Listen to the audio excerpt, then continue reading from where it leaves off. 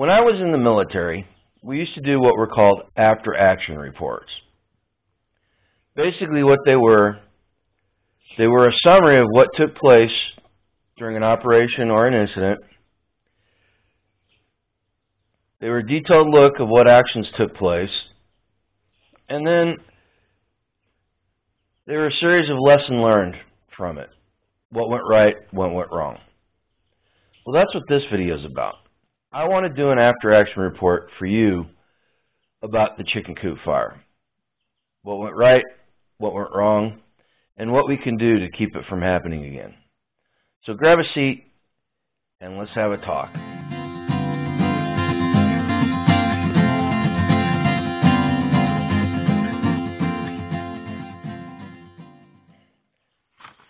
Hey everybody, welcome back to Grumpy Acres. Well, before we get started, got a couple of things I want to say. Number one, Angela and I thank you for all the support you've given us through this.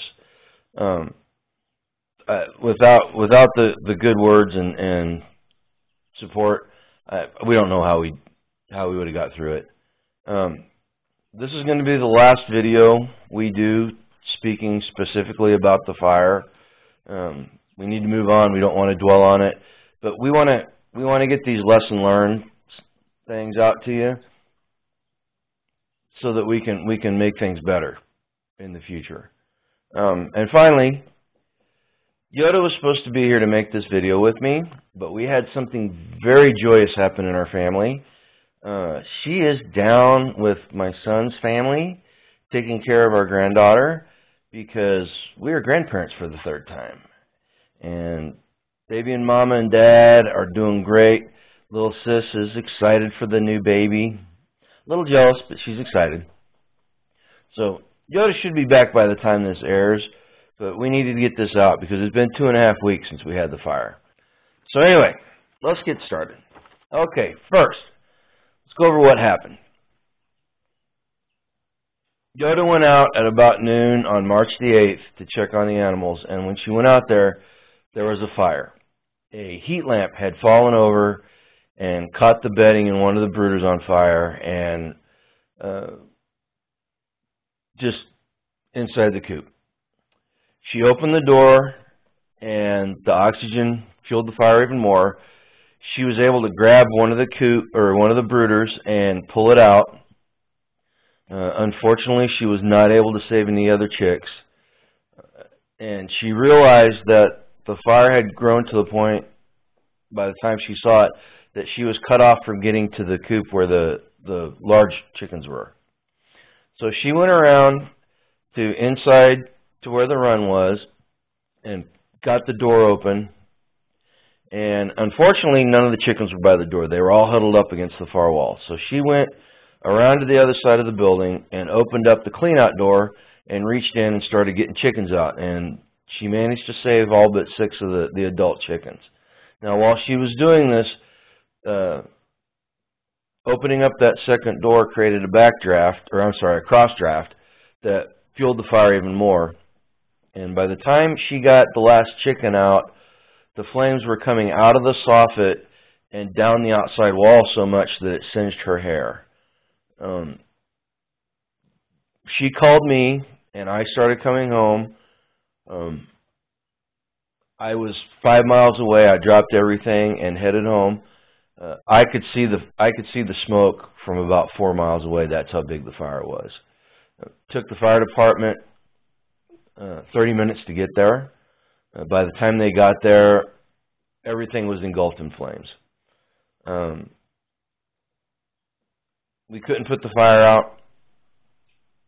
By the time I got there was nothing that could be done.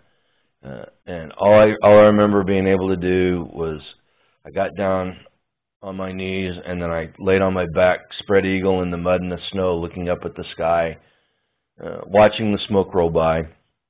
And all I could think of was, this is a teachable moment. And I decided that we needed to use this to make sure this never happens to anybody else. So that's where we are. It's like I said, it's been 2.5 weeks. We jotted down initial impressions and and over the course of about a week and a half, any idea that came up to us as far as a lesson learned, we put down on paper. We wrote it down, and then I took and I compiled it. I've got notes right here, so I can keep on track for you guys. So let's go through and see what we came up with. First, the first 3 lessons I'm going to repeat. I did that video after the fire, and these are the first 3 things that popped into my head. Number 1, we need to get our spiritual house in order. We never know when a life-changing event like this is going to take place. Realistically, it could be our last day on earth. We were extremely blessed that day. If you watched that video, I went through everything that took place before the fire even started that led to it not being as bad as it could have been. Realistically, we could have lost our house, and we could have lost the goat and sheep pen, because that's how hot the fire was.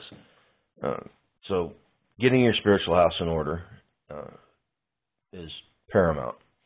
The second thing that came to mind was we need to build our communities. You know, the fire wasn't even out, and we had neighbors and friends. I was able to call one friend, and she came over and gave Angela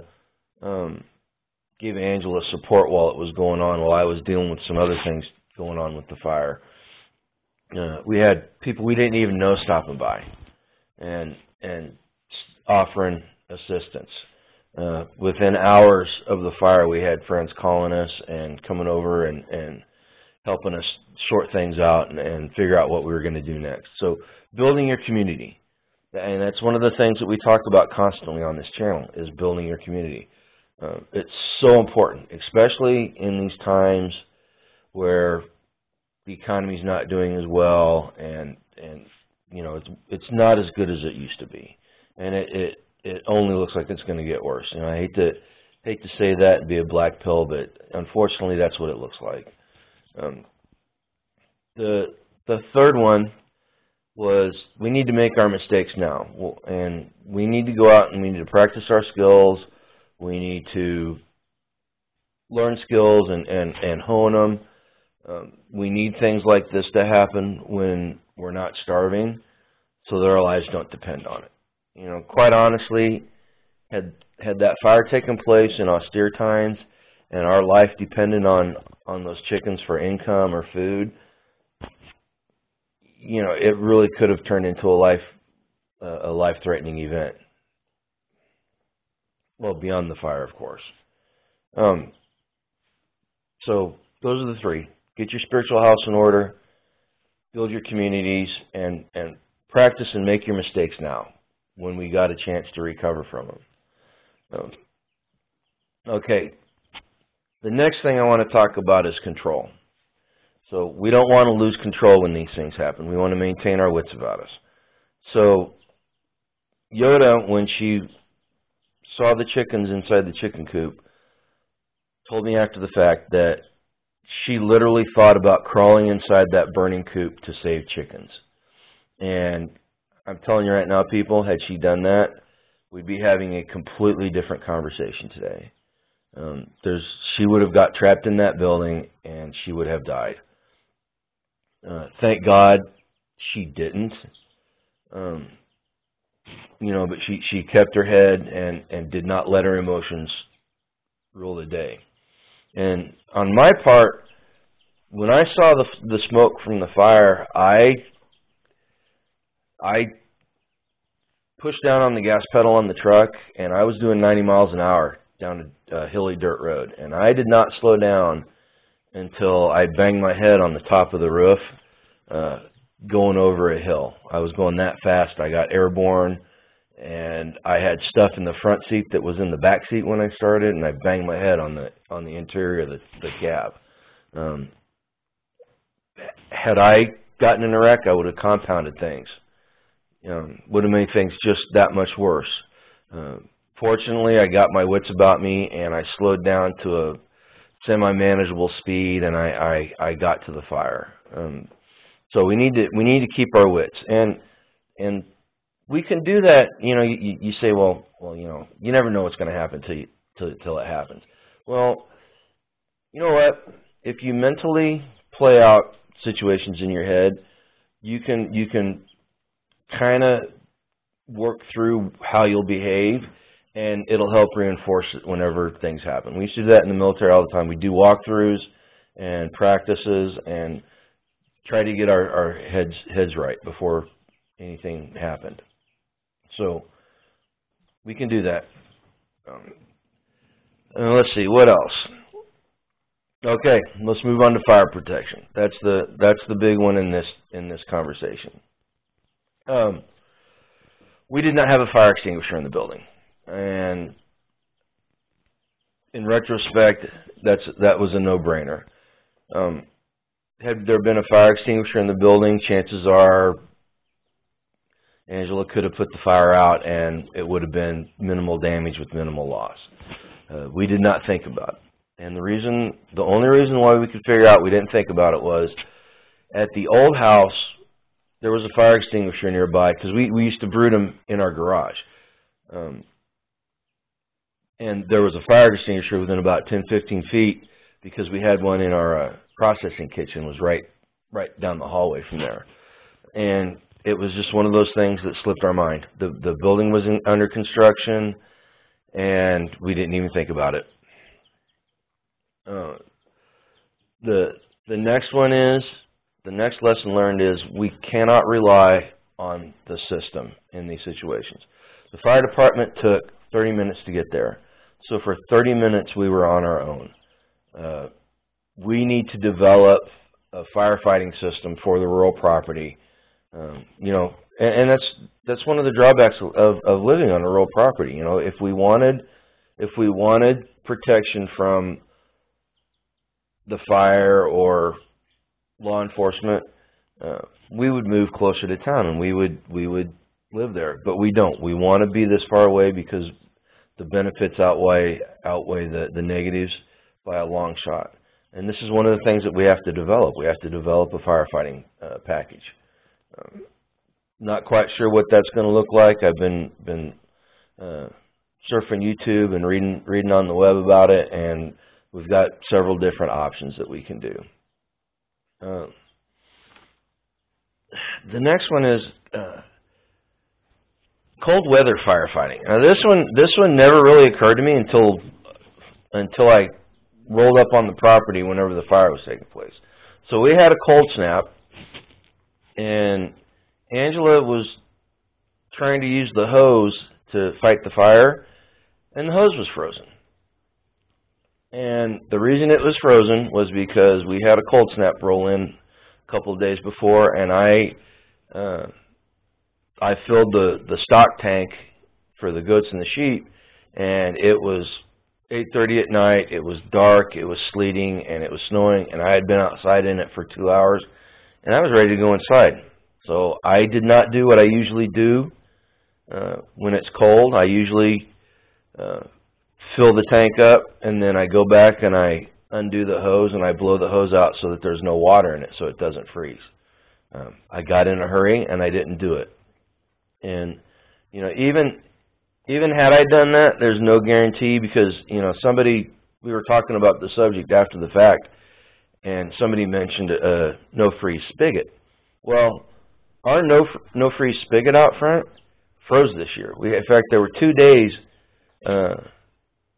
that the handle was frozen and wouldn't open up, and it was a no-freeze spigot. So just because it says it doesn't mean it's a guarantee if it gets cold enough. So we're going to have to figure out a way to A, get a spigot that doesn't freeze, and B, ensure that every time we use the hose in cold weather that it gets blown out and it doesn't freeze. I think one of the ways we're going to do that is we're going to put a spigot on the back of the house that can be heated from the inside the house so it doesn't freeze, and then it'll also shorten the length of the hose by about 100 feet, which will make it much easier to take care of in cold weather. Let's see. The next thing, material storage. And this is a fire prevention thing. So the building was under construction, so we had a whole bunch of building material in there. Well, some of the stuff that was in there was asphalt roofing glue and asphalt paper and cans of great stuff, that expanding foam, all of which is extremely flammable and acted as an accelerant once the fire hit it. And it was stored just mere feet away from where we had the brooders. Normally, we have a flammables building that we put all the flammable stuff in. We have not put that up yet. Just one of those things that hasn't made it to the top of the priority list yet. So we stored that material in that building, and that was a huge mistake, because not only did it make the fire burn faster, it made it burn extremely hot. Nothing at the front of the building was salvageable. I mean, it melted metal rulers and levels. It melted the door. I did the video about the glass in the door. Yeah, it was extremely bad because it was compounded because of the accelerants that were up front. So we need to make sure that when we're doing construction, that we're storing our materials separate from the building whenever possible, because it can just make things worse. All right, let's go to the next one, building placement. Building placement. So I was always told that 50 feet was how far you wanted buildings separated in case of fires. And the chicken coop was 50 feet from the corner of the house. That was not far enough. The fire got so hot that it melted a security light that was on the corner of the house. It melted a rolling garbage bin that was sitting out next to the house. And it got so hot that it cracked the glass in the window facing the chicken coop. And it caused the welding seams on the vinyl window to come apart. So we're going to have to replace that window. So 50 feet was not nearly close enough. We're going to, when we rebuild, we're going to push the coop back much further. It's not going to be as big. And that way, if something happens to the coop or the new brooder, it won't affect anything else. You know, and that kind of goes into the next thing about building placement. You know, we were stacking functions inside that building. We were using it as a chicken coop, a storage area, and a brooding shed, all in one building. It was a 16 by 20 foot building. Had Angela not done what she did to save the chicks that she could and the chickens that she could, we would have lost our entire flock. We would have lost both the chicks and the chickens, all of them. So we're going to split the functionality up. We're going to have a coop and feed shed building, and then we're going to have a brooder where we can heat it up and keep it warm for the chicks. That way, if anything happens to either one of the buildings, we're not running the risk of losing our entire flock. And the same thing goes for, you know, barns where you keep big animals, or storage sheds that have a dual function. You know, we need to make sure that as we're building the infrastructure on our homesteads, that we separate things enough that if an accident happens, we don't lose everything in one fell swoop. Okay. The next one is looky-loos. The lesson learned from the looky-loos. So there were a couple of people. You know, we had people come by that offered us help. We also had a couple of people that came by and they sat out in the middle of the road in front of the house watching the fire. They did not offer any assistance. They were just there as sightseers. Well, they were in the way. The one guy was actually blocking our driveway, so when the fire department came, they couldn't get through. So Yoda had to actually go out there and yell at him to get him to move because he was in the way. We need to, as things like this happen, we need to be cognizant of the bigger picture. We can't be focused so much on the incident itself that we don't see what's going on around us, and we need to make sure that we control those things because they get in the way and it could make things worse. In fact, the one guy almost ran over our dog, almost ran over Freya because he was paying absolutely zero attention to anything else but the fire. So that's something to consider. The next lesson learned section is about insurance. So this is a sore subject with me right now. We got an email from the insurance company saying that our total losses, according to them, amounted to $695. And because the amount was so low, it was less than our deductible, so they would not be writing us a check. To the assessors, to be fair to the assessor, he did send us an email after that telling us that we need to get him prices added onto the inventory that we sent so that he can try to get us a little bit more money.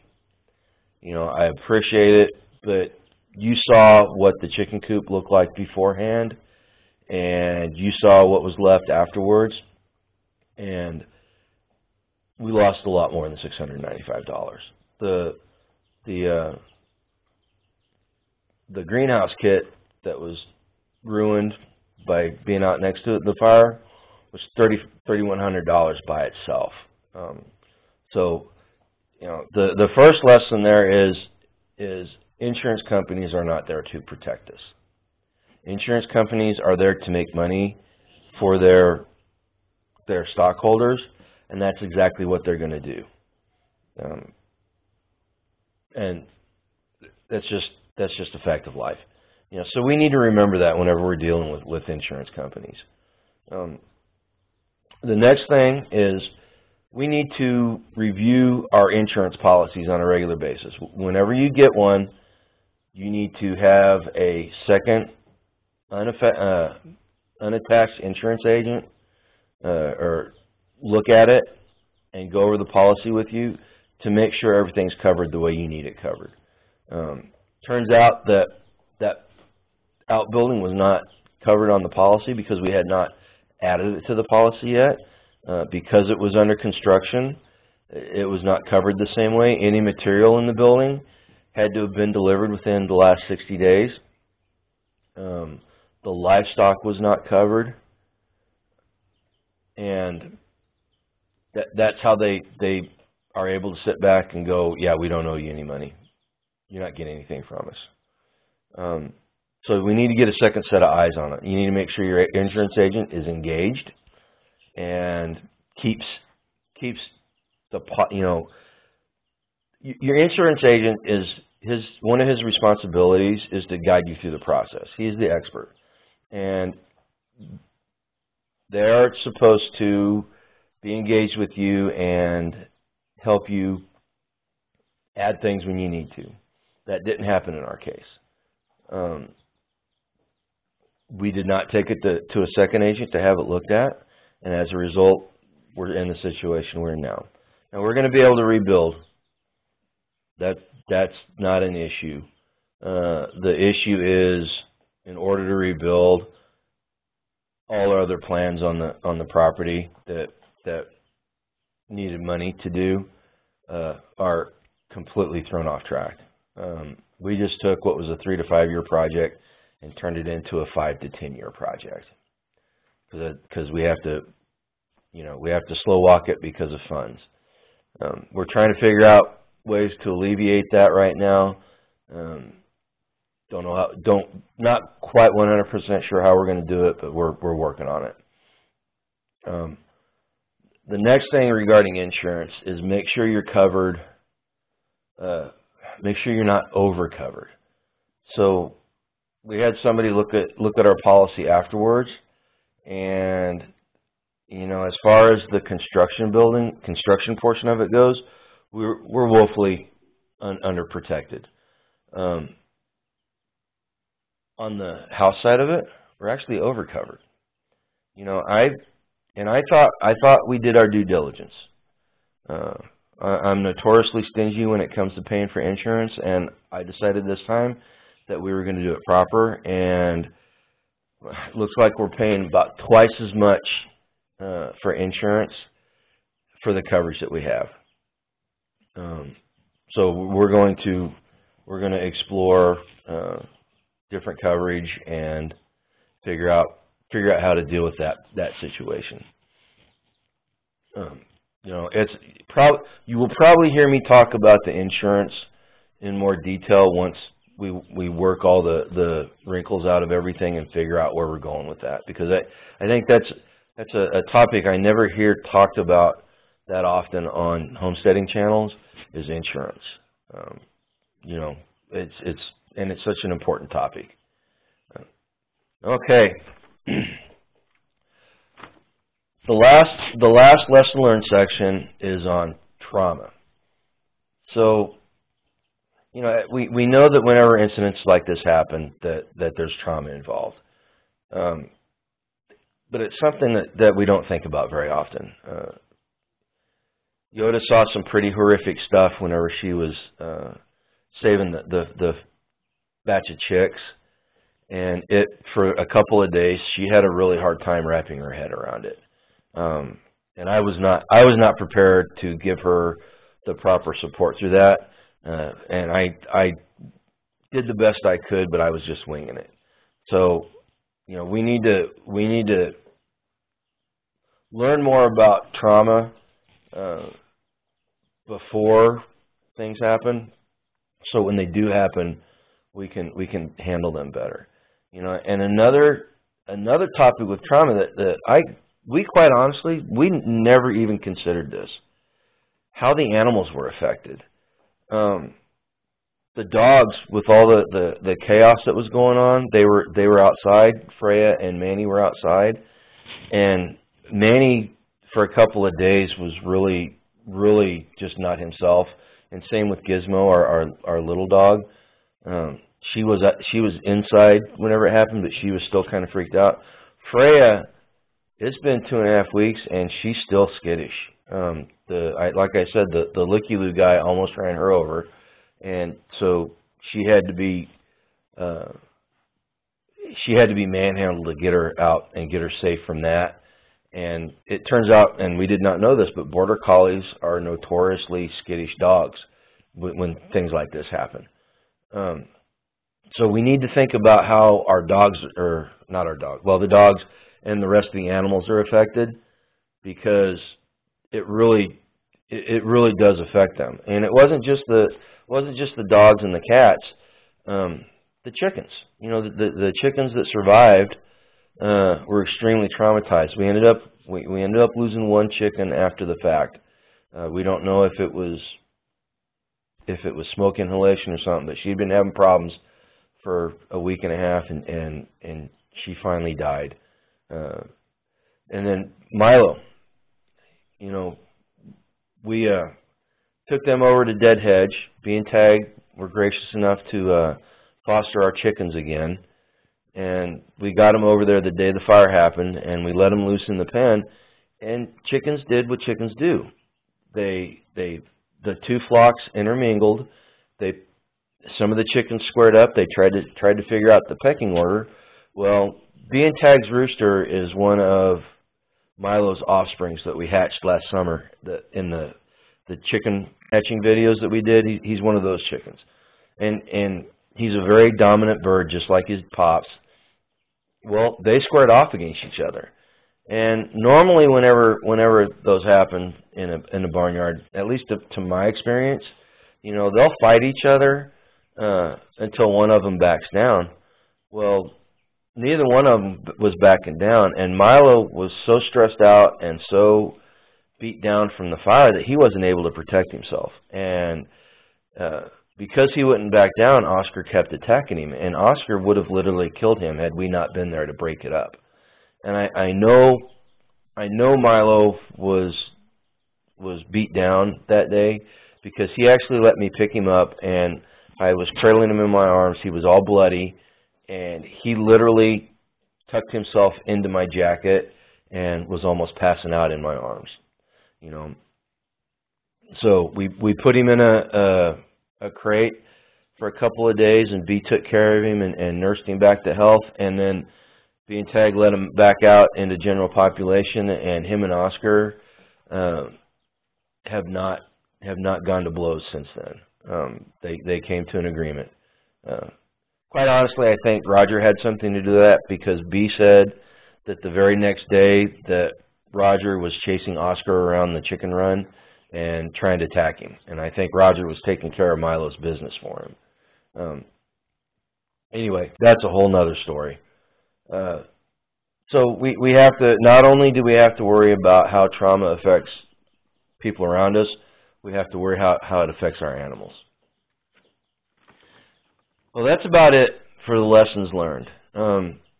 If you've got any questions about what we went over, or better yet, if you've got any ideas for lessons that may have been learned, please write them down in the comments below. I mean, that's what this video is all about. We're trying to exchange information and knowledge so that whenever you're working on your homestead, you're able to think about these things and plan for them. And as we rebuild, we're going to incorporate these lessons learned into our plans so that if something like that happens here, we're better able to deal with it. Now, there's one last thing I want to talk about, and it's not really a lesson learned. Okay, it's human nature, whenever things like this happen, to try to affix blame. And it's very important that should something like this happen to you, do not get stuck in that trap. Yes, we need to go over things and figure out what happened, and we need to figure out where the failures were. But we don't need to spend an inordinate amount of time trying to affix blame, because usually what happens is we blame ourselves. And yes, ultimately, it is our responsibility. Realistically, though, we are humans and we make mistakes. We cannot beat ourselves up about this. I was fortunate enough to have some conversations with people immediately after the fire, and they kept me from falling in that trap. I kept trying to figure out how it was my fault. And you know, I think I said it. I think I said it in the comment section for the initial lesson learned video. You know, that's human pride coming through. You know, as weird as it sounds, that's our pride getting in the way, and we need to make sure we keep that in check and we don't let it eat at us, because it will drive us crazy. You know, we basically did nothing different than we usually do when we're brooding the chickens. The only differences were, number one, we were doing it on a much larger scale. Instead of doing 25 to 50 chicks at a time, we were doing 350. We were going to try to do a little bit of commercial business with it. We already had about 50 of the turkeys accounted for, and at 50 to 70 bucks a pop, you know, that you could see how lucrative that could have been. And the second thing was, we were doing it in a separate building. Like I said before, usually we were doing it down in the garage, which was in the basement on the back side of that old house. So it was in a separate building. We were not able to monitor it as much as we normally did. And then like we talked about, the fire protection things, concerns that went with that. So, you know, a lot of the lessons learned, you know, I could have gone through on this sheet behind every single topic and in parentheses written in capital letters, well, duh. You know, because in retrospect, these are really obvious. You know, we had that unexpected cold snap came in, and we scrambled to keep the chicks warm, and we didn't do it any different than we normally do. Seriously, the process that we used was exactly the same. You know, So it's just one of those things that it happens from time to time. Somebody, you know, we used heat lamps, and somebody mentioned heat mats. And talking with the fire people, Angela was actually talking to the insurance company. Had her talk with a fire investigator about it, and she mentioned the heat lamps and maybe using a mat next time. And he told her that the mats are just as dangerous as the heat lamps. If a mat gets wrinkled up or it gets too hot, it can start a fire just as quickly as a heat lamp. It's just one of those things. When you're dealing with a situation like that, these are just some of the inherent dangers that take place. And so, you know, we need to mitigate them as much as possible. Now, if I were to find one single point of failure through this entire thing, that I can sit back and I can go, okay, this is where the whole thing failed. This is the one thing that caused the chain of events to take place that caused this. I'm going to say that it was the use of a cheap Chinese heat lamp that we bought from Orscheln's. Our normal heat lamps are still packed away someplace. In fact, we're not even quite sure where they are right now. So we had to go out and we had to buy all new equipment. And even if we knew where they were, the scale was so much larger, we would have had to buy more anyway. Well, Yoda went to Orscheln's and bought the only heat lamps they had in stock, and so we were using them. And I was extremely diligent every morning going out there and checking on them and making sure they were positioned properly and making sure that all the screws were tight and the clamps were nice and tight. I went in the morning of the fire to check on everything, and we had the heat lamps sitting on the brooders, keeping them warm, and we also had a couple of heat lamps that were pointing up in the air to heat up the ambient air temperature. And I did not unplug them because it was so cold in there that even with the heat lamps going, you could still see your breath. And then Yoda went out, and Yoda knew exactly how the fire started because it was right in front of the door, and she saw the heat lamp laying over on the burning brooder. So she saw what happened. She saw where the fire was, and you know, I spent 3 days going out there, and every day I had to tighten stuff up just because it would come loose on its own. So, you know, cheap Chinese junk is what caused this fire. That's the one single point of failure that I can point to. So we need to make sure there's a whole separate video on buying Chinese stuff. I'm almost to the point now to where I'm not going to do any product reviews until I can find good sources for American-made stuff, because it seems like every time I turn around, something's made in China. Even the good higher quality lamp that we bought to brood the survivors, even it was made in China. It was the only one I could find. So, you know, we need to make sure that we're paying attention to that issue whenever we're doing stuff as well. And finally, I want to say, as far as safety goes, go with your gut. I wanted to turn those lamps off, those two ambient heat lamps, that morning, and my gut told me to do it, but I second-guessed myself, and because it was cold, and I left them on. Now, I should have been able to leave them on, like I said, but it didn't happen that way. You know, so go with your gut. If you've got a gut feeling, run with it as far as safety goes. You know, whether it's personal safety when you're out and about, or it's fire safety, or it's safety when working with equipment, go with your gut. All right, believe in yourself and make that decision. It's better to make that decision and overcompensate than not make that decision and have something like this happen. All right.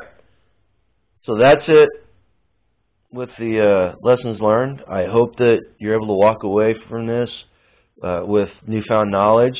If anything pops into your head, please share it with us.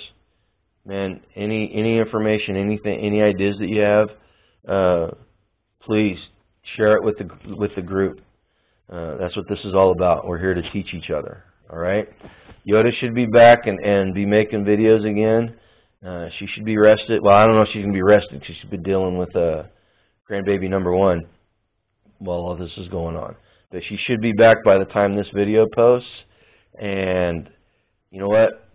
We want you to take these lessons, go out and use them to pursue a life done free. Grumpy G, Claire.